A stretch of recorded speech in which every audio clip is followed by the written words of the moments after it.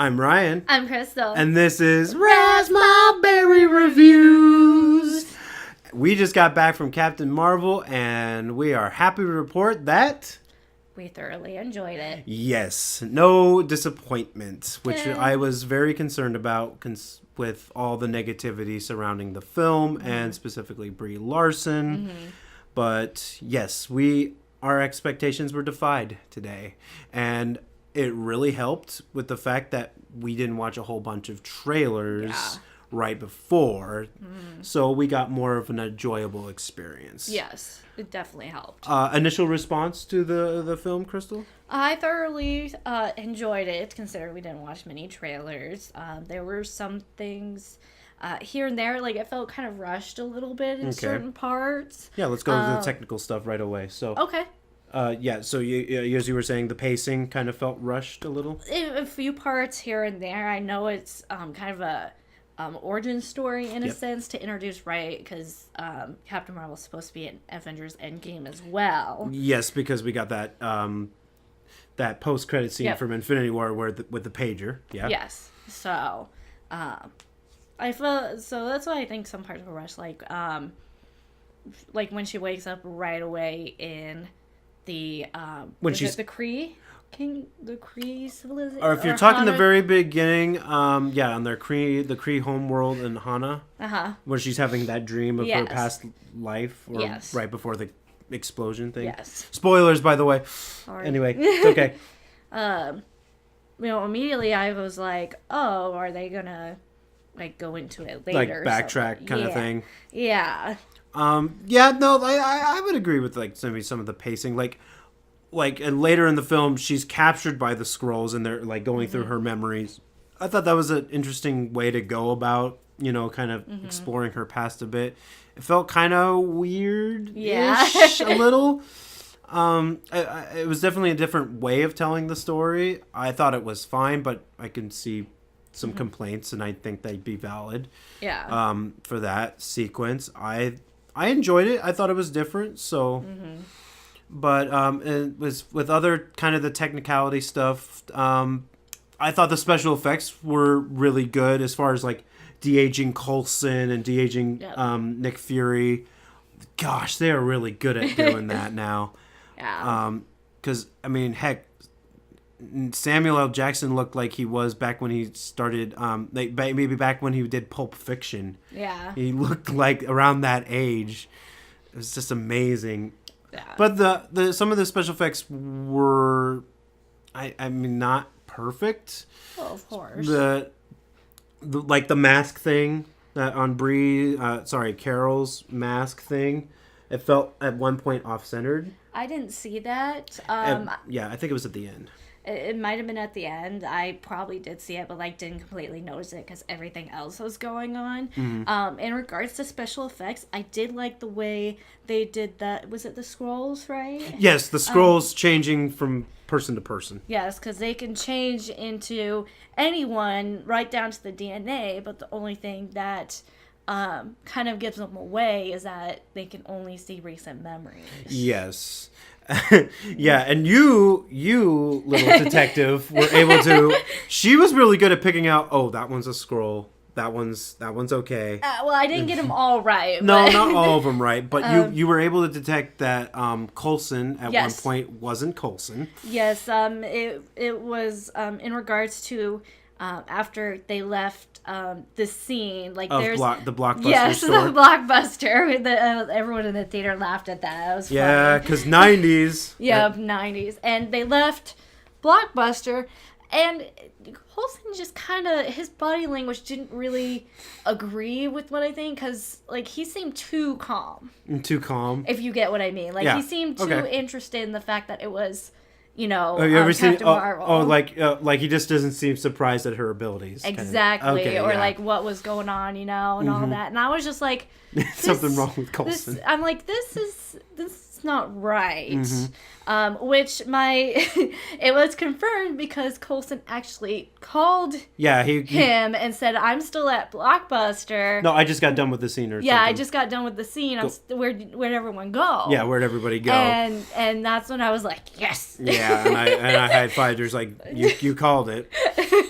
But yeah, it's some like the interesting thing about the Skrulls is not just the fact that they can change their face and shapeshift, but they get it like right down to the DNA, which is really cool. And I've always thought the Skrulls were interesting characters in the comics. Yeah. And their ability to shapeshift and all that, and just the fact they can get down to the DNA is pretty cool too. But yeah, the Skrulls, honestly, their look, even though they kind of look like Piccolo from Dragon Ball Evolution, I think better. I think it's better. It works better as a Skrull than, this is Piccolo. Yeah. But yeah, no, the Skrulls were definitely a good part of the movie, and the way they actually turned out not to be the bad guys was. That was pretty interesting. I thought that was really interesting because I've only known the Skrulls as villains, specifically like the Secret Invasion, where they invade Earth and they take places of like the Avengers and all that. And so, but no, our villain turns out to be Jude Law's character, which was Jan something. Jan Rogue. Jan Rogue. Hope I'm pronouncing that right for that character. I think it's either Jan Rogue or Jan Rog. Yeah. Okay. Yeah. Jan Rog. Let's go with that. But yeah, so he's our villain who actually kidnapped Carol. And, brainwashed or something. Brainwashed. I call it brainwashing or wiping her memories and replacing... Well, her memories were still there. They were just, really, locked. Yeah, it felt unfamiliar to her. Yes. Kind of like that. Yes. Weird thing. Which would... and then, so I thought... One of my theories going into the movie with the whole trailers and people saying, she doesn't smile enough. And it's like, well... maybe she's trained not to show emotion, and boom, they say show no emotion. Their emotions will control your emotions. Emotions will cloud your judgment, and it will hamper your ability to be successful in battle. So let's move on to Brie. Let's talk about our main character, Carol. I thought Brie Larson, in my opinion, did a really good job embracing the character and showing the character, because I had read volume 1 of one of the really highlighted, recommended Captain Marvel runs that from friends who told me to. I can't remember the author. I think it's Kelly McConnick or DeConnick. I can't remember. But I read the first volume, so I got a sense of the character, and I thought Brie did really well with her sarcasm, her brashness, her hard-headedness, and stubbornness. Yeah. I got that sense of feeling. I thought, okay, this is really good. I think I can see Brie Larson as Captain Marvel. So yeah, as far as everybody saying, Brie's not that great of an actress or she doesn't express enough, I thought she was fine. I will admit that throughout the movie, I was able to point out, I was like, someone's going to complain about her expressionless there. Someone's going to complain about her expressionless here. But I think she expresses more than people would, care to say. Well, yeah, and I like the fact that how her character turned out, showing that even though, yes, we are humans and we don't necessarily have powers, in a sense, we still get up. Yeah, we still get up. Yeah, and that was the other thing I was really surprised about was so that part where I'm going to term it when she goes Super Saiyan? Yeah. I got chills through that sequence, and I was very surprised because there's very few times I get chills in movies. Yes. Aquaman was one of them where I got chills in that movie. Wonder Woman gave me that feeling. Captain America Winter Soldier gave me that feeling. There's countless Marvel films where I felt chills, and also a few DC movies as well. And I love getting that sense. I was worried that I wasn't going to get that sense. It doesn't happen every my first viewing of every movie that I go see. So when I felt that, I was like, man, that was really good. The one thing that surprised me, honestly, was the cat. No, the cat, yes. What was the term that they... I think it's called a flexor. It's an alien, basically. I don't know how it took the form of a cat or something. Well, I guess I'm guessing that species of alien just happens to look like a cat. Kind of like how Rocket Raccoon looks like a raccoon, but he's technically not. I don't know what species he is. I would like more information a little bit on the cat. Yeah. It was very entertaining because Fury's character just like loved the cat. He's like, yeah, he's so cute. He's such a good kitty. And then there's this one part where they were like trapped by the officers, and then like tentacles came out, like oh yeah. That surprised a lot of people, and because they were getting scanned, and it said like raise human being threat, low, and then they scanned the cat as like the flex. They first scanned the cat, then Fury. Well, yeah, then they scanned the cat, and there's like Flexor. They put the mask on, and he's like, That's just a cat. It's not Hannibal Lecter. I'm like, no, not the cat. But then it was like Flexor threat level high. Yeah, and then scanning Nick, he's like, that thing's busted, which. I'm going to say, well, actually, it shouldn't come to anybody's surprise, but Samuel L. Jackson playing Nick Fury, I mean, I can't praise it enough. Yeah. It was perfect. It was pretty, the cat was still pretty entertaining. Yeah. Because we had a little, the one thing I was confused about, I know we talked about this between the end credit scenes, was about the Tesseract. Oh, yes. So near the end, the cat consumes the Tesseract. Like, Yeah, and we were worried about that. So we are, and we got our answer at the end credit scene. The end to end. So yeah, other characters, the side characters, Maria, her best friend. I got that relationship in there, so I thought that was really well done. And then the daughter, the daughter Monica. But yeah, no, like everybody in the cast was pretty good. The villain, again, kind of suffers a bit, though. Yeah. And this is a typical thing for Marvel, it seems like. Some of their villains are either really good or they're just not well fleshed out. And this is, I feel like, kind of one of them. Yeah. Because I felt underwhelmed a little bit with the villain. It didn't seem like a big, huge threat.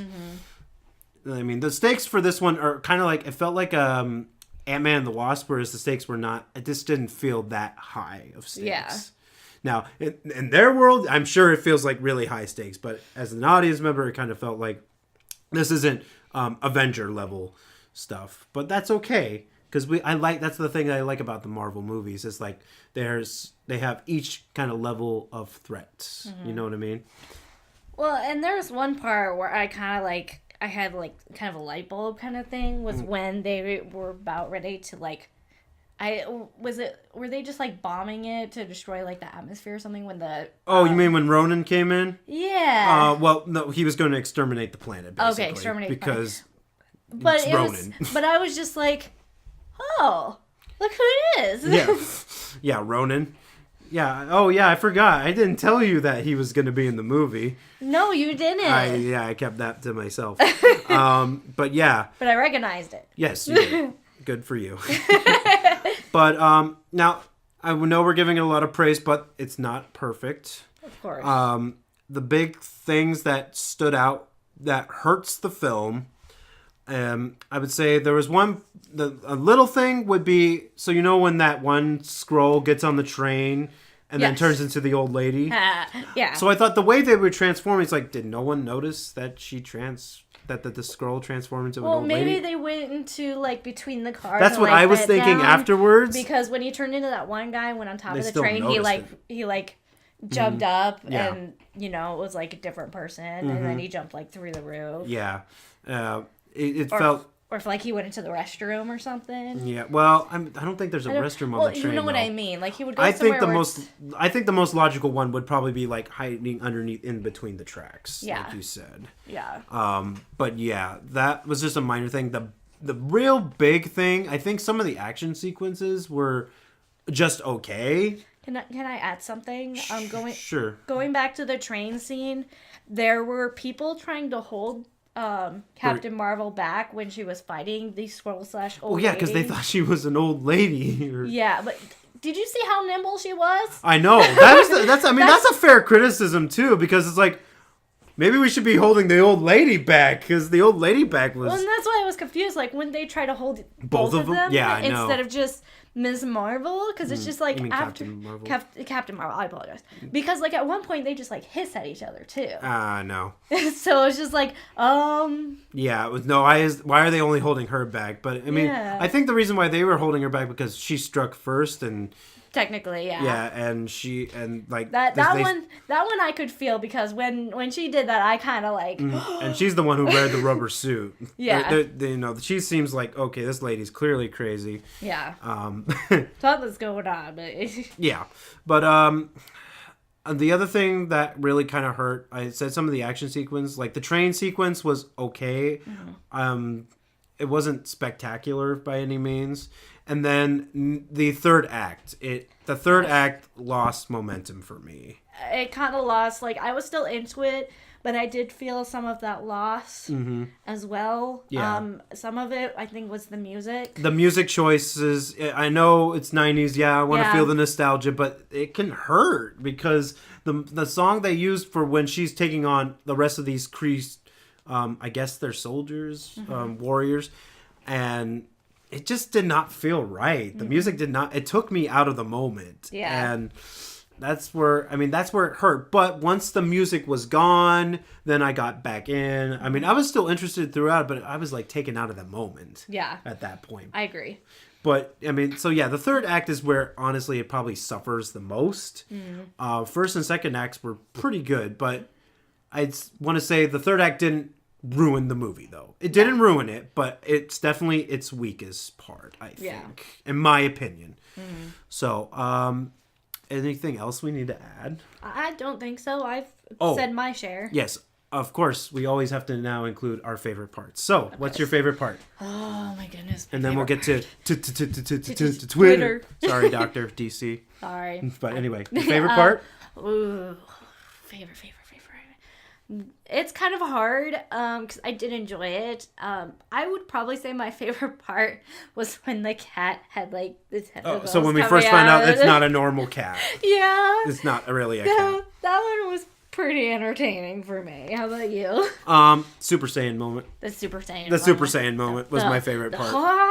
But basically, yeah, it gave me goosebumps. It gave me chills, and any movie that can do that, that's got to earn praise, and that's probably going to be my favorite. I pretty much had the okay, here we go. You know, like final spectacular, fist fight. So yeah. Now let's take a look at Twitter real quick. Twitter. You are way too obsessed with that thing. It's catchy. Yeah, I know it's catchy, but anyway, we'll start off. Let's get some of the negative out of the way. Okay. So this is from Jack Burton is back at TFX podcast. He said, "If Captain Marvel has taught me anything this weekend, is that a lot of Marvel fans don't actually care about the quality of their movies as long as they keep getting fun laughs, like thinking McDonald's is better than steak as long as a toy comes with the meal." Oh gosh. Okay. Well, I will say this: steak is always better than McDonald's. There's no way, even if there's no McDonald's toy that can outdo a steak. I'm sorry. He was just doing I know he was doing a comparison. Yeah. It makes it pretty darn clear. Yeah. But so Jack, I'm gonna have to respectfully disagree with your opinion. I think us Marvel fans do enjoy a good quality film. As far as, and I'll get to that actually with final verdicts, but I don't think this movie is as bad as it seems like he's claiming it to be. Yeah. Now, I will admit, as of recently, over the years, watching some of these and going back and watching them again, some of the thing I can start to see why some people really don't like the Marvel films as far as the humor. It seems like there's too much humor at points in certain films, and I can agree to that to a degree. But I just like to have a good time at a movie. So, but yeah, so I won't really nitpick too much of this. I'm not going to attack this person. I'm just going to respectfully disagree with your opinion on that. Let's go to now my friend who is also a fan of the Dr. DC podcast, Mr. Stump Chuckman. Step into the stump! Stump Chuckman! Bleh! He replied to me and said, when I asked him how he felt about the film, he said, "I enjoyed it. One of the better origin movies. Short, sweet, to the point." Yeah. So, I think it was one of the better origin stories. Yeah. Again, I can argue about like the pacing and stuff, but overall, overall, it was pretty good origin. I thought it was pretty good. Would you like to read this? Our last two? Oh no, wait, I've got one more. So why don't you read the next two, and I'll read the last one. Okay. So this one is from Jay Sandlin. Sandlin, yep. Sandlin. He said, "Wow, I stayed up past midnight on daylight savings time eve, but it was worth to see Captain Marvel. Like much of the MCU, Brie Larson has brought my favorite incarnation of Carol Danvers on screen. Thanos is looking like an underdog for Avengers Endgame." I would definitely agree with that statement. Yeah. Thanos is getting for a run for his money. Yes. But yeah, no, glad you liked the movie and you stayed up for it. This was one we didn't. We kind of wanted to save money, so we didn't go straight to the midnight showing. Yeah. But yeah, no, glad you were able to enjoy it, Jay. Now, Crystal, you can read this one. Okay, this one is from Gun Woodworks. Said, "Just got back from seeing Captain Marvel. The 7-year-old immediately went to the tickle trunk and got the cape out." Yeah, and that's the important thing, and that I love about these movies that they do for kids.